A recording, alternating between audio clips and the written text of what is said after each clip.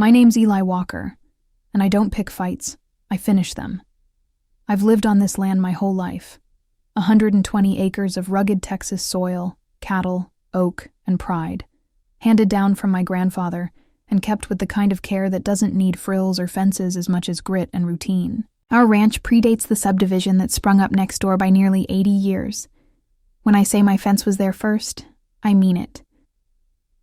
Then came Valerie Strickland, HOA president, suburban queen, the kind of woman who wore high heels to community, potlucks, and handed out violation notices like party favors. She arrived 2 years ago with a bottle blonde bob, a surgically perfect smile, and a clipboard that never left her hand. Within 6 months, she'd turned the once laid-back HOA into a tyrannical regime. First, she banned porch flags. Then she mandated matching mailbox designs. Eventually, she tried outlawing wind chimes for being a public nuisance. Most folks grumbled, but complied. Valerie had a way of making people believe she was invincible, always threatening to escalate it to the board, or worse, refer to legal counsel. I was not most folks.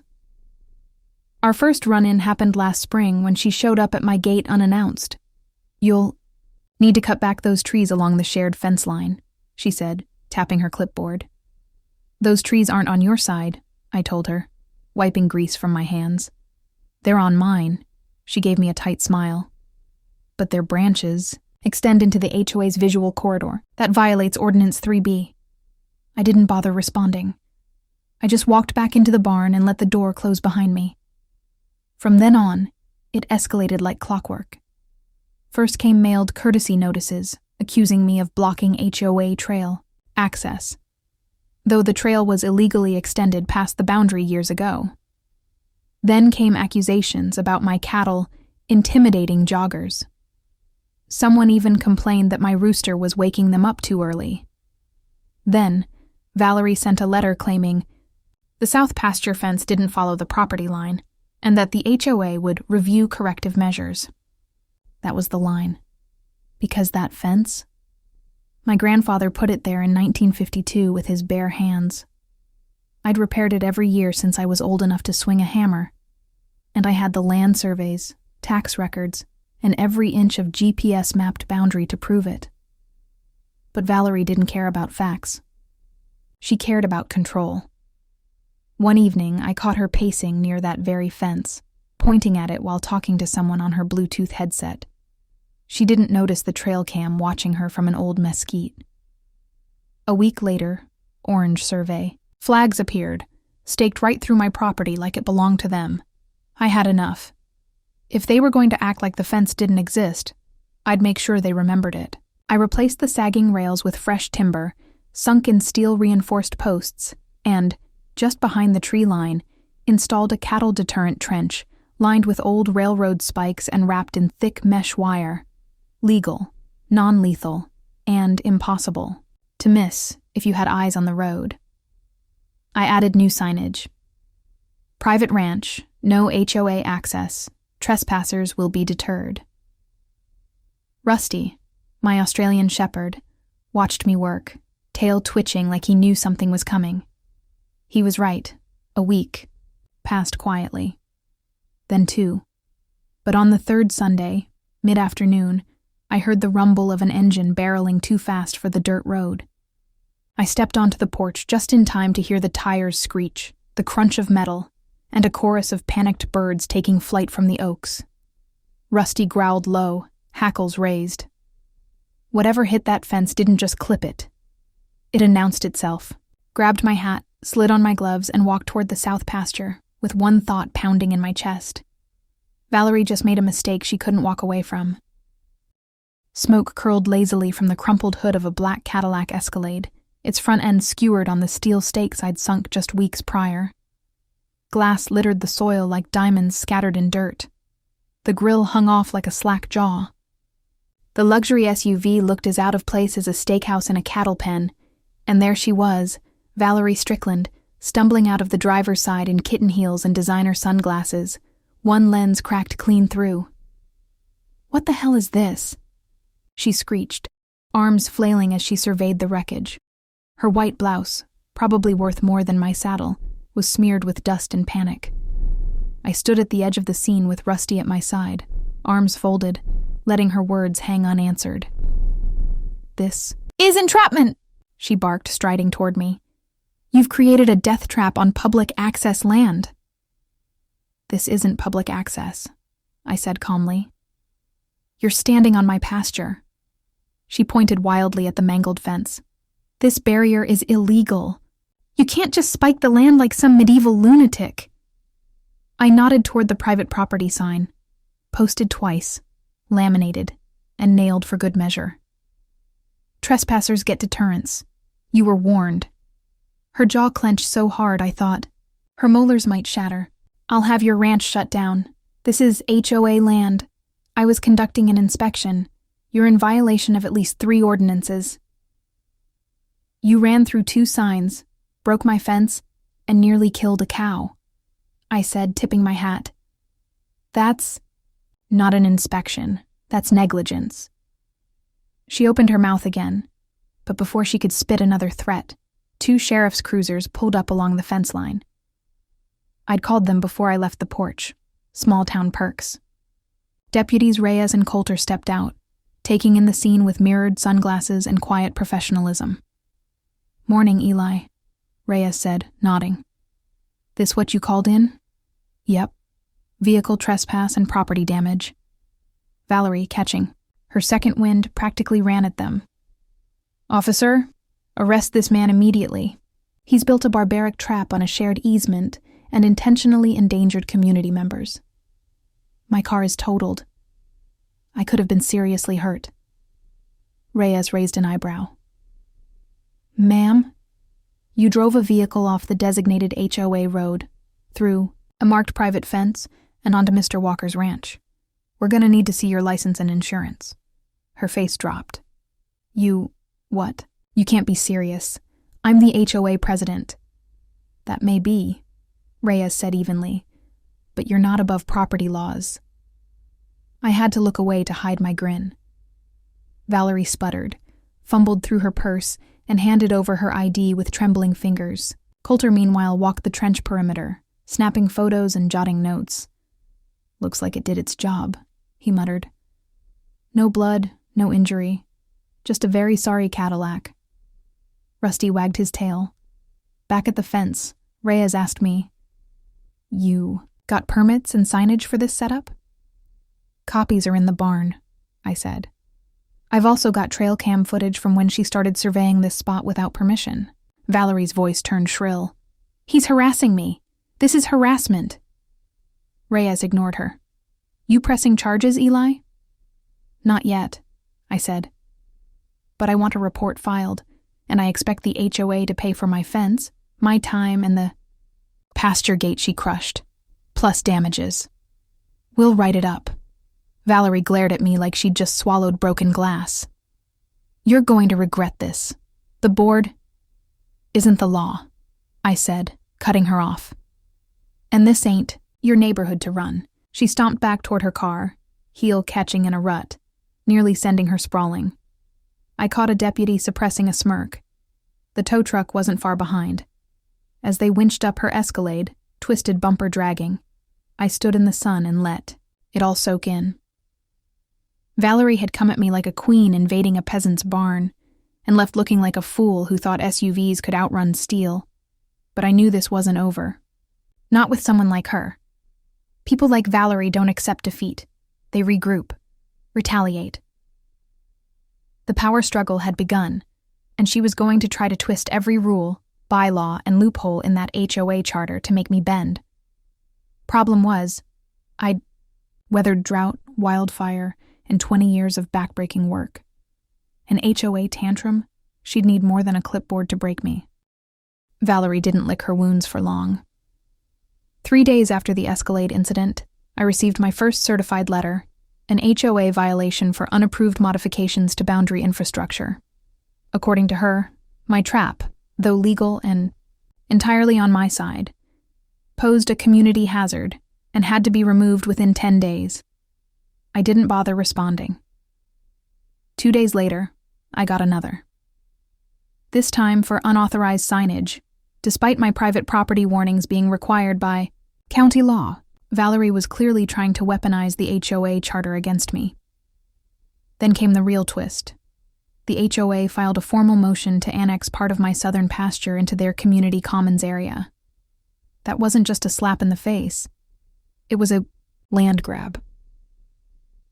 I walked straight into the county recorder's office and pulled every plat map and property deed tied to my ranch. My grandfather's boundary markers hadn't moved an inch in 70 years. The HOA's claim? Based on a redrawn community map submitted just 2 weeks ago, conveniently adjusted to align more favorably with current utility access needs. It was war.